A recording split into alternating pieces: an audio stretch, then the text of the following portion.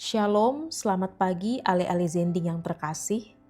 Renungan kita pada hari ini diambil dari kitab Nabi Amos pasal 5 ayat 24. Tetapi biarlah keadilan bergulung-gulung seperti air dan kebenaran seperti sungai yang selalu mengalir. Demikianlah firman Tuhan. Ale-ale Zending yang terkasih, dalam kehidupan sehari-hari kita sering melihat berbagai bentuk ketidakadilan.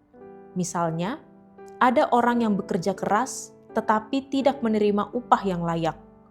Ada juga orang yang diperlakukan tidak adil hanya karena status sosialnya, sukunya, atau karena ia dianggap tidak memiliki kuasa.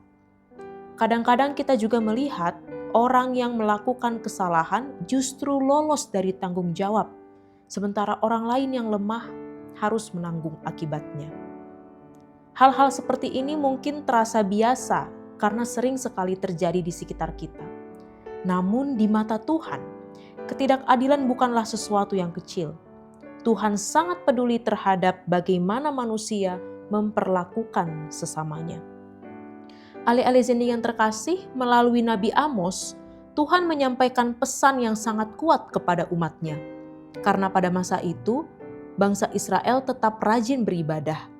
Mereka mempersembahkan korban dan merayakan hari-hari raya keagamaan. Tapi di tengah semua aktivitas ibadah itu, mereka pun melakukan penindasan. Mereka melakukan ketidakadilan terhadap orang-orang yang lebih lemah. Oleh karena itu Tuhan berkata dalam Amos 5 ayat 24, "Tetapi biarlah keadilan bergulung-gulung seperti air dan kebenaran seperti sungai yang selalu mengalir."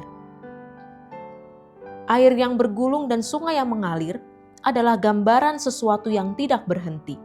Tuhan menginginkan agar keadilan dan kebenaran bukan hanya muncul sesekali, tetapi terus mengalir dalam kehidupan umat-Nya. Firman ini juga mengingatkan kita bahwa iman kepada Tuhan tidak hanya terlihat dari ibadah di gereja. Iman kita juga terlihat dari bagaimana kita hidup jujur, bagaimana kita memperlakukan sesama kita dengan adil, dan bagaimana kita memperlakukan sesama kita dengan manusiawi.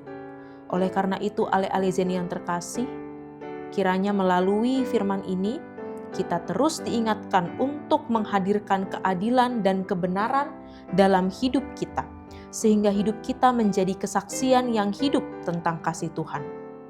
Maka misi kita pada hari ini adalah, mari kita perlakukan sesama kita dengan adil, baik yang memiliki kuasa, baik yang tidak memiliki kuasa, yang kaya, yang miskin, atau siapapun. Sebab itulah ibadah kita yang sejati. Amin.